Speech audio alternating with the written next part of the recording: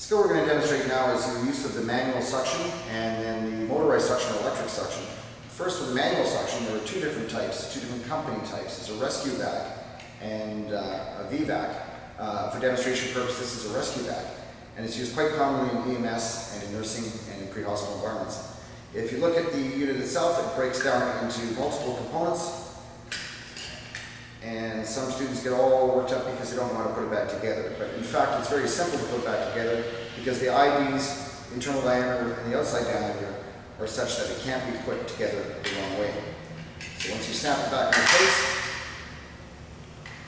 you have the soft suction tube, you have the collection chamber, the actual mechanical part that applies the suction, and the hand-driven part. So if I keep pulling on the handle and I hold the suction, you can hear the suction that's inside.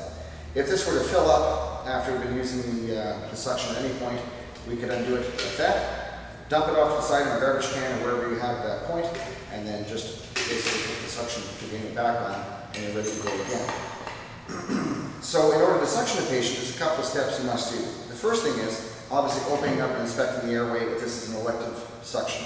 So we use a head tilt chin lift, or we use the modified jaw thrust, depending on what way we want to open the airway. Once the airway is opened, and we can see inside, inspect for any large fragments or any vomit or any things that might impair the suction catheter and get that out by whatever method you have at hand, which could be the use of the end of the suction tube.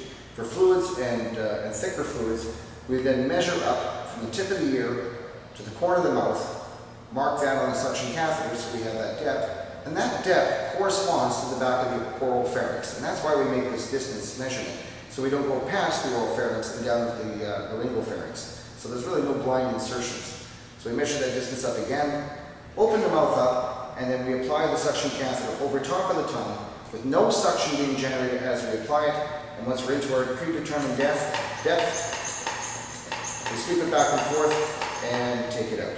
Knowing full well that in the breathing patient, conscious or semi-conscious, to remove vomitus, we're going to go in for a maximum of 5 seconds, out for 10 seconds to allow them to spontaneously breathe.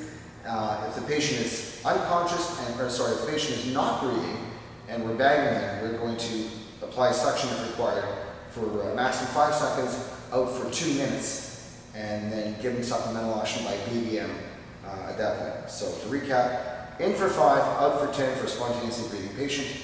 Non-breathing patient who's being bagged or with a BVM, in for 5 maximum, out for 2 minutes with supplemental oxygen. The caveat with that is if the patient has tons of vomit and the airway is completely impaired, the 5-second rule really doesn't apply. You have to get the airway clear. That may be rolling the patient to the side, log rolling them, turning his head to the side, and then using the suction until the airway is cleared.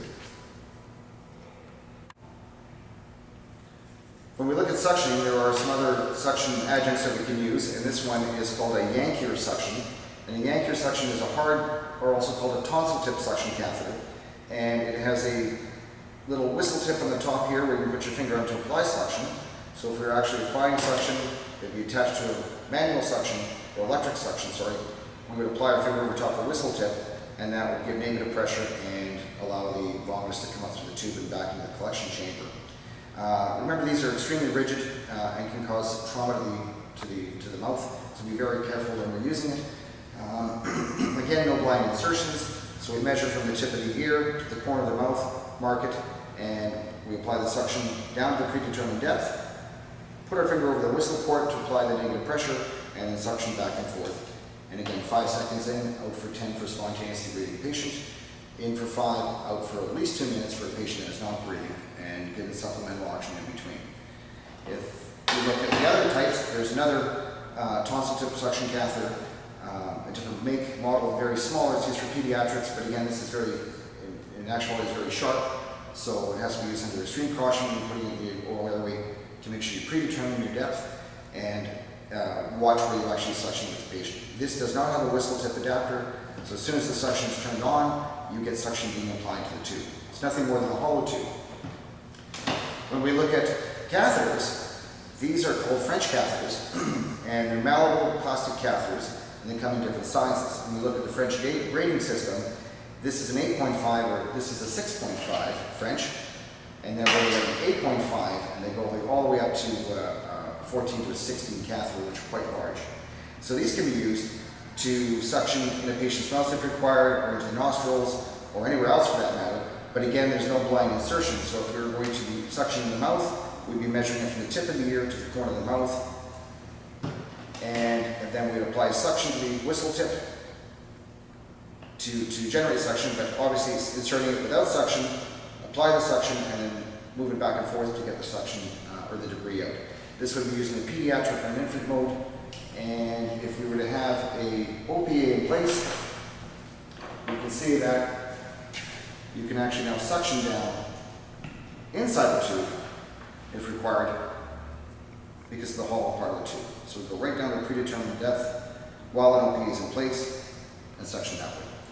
If you look at the actual catheter, or the machine itself, it has a collection chamber, the suction hose, and there is an on-off switch. Also, there's a suction pressure or negative pressure gauge, which will show you how much we're going to apply, and that's important to look at when you look at suctioning infants and pediatrics to the next level. So in order to turn it on, we predetermine our suction depth,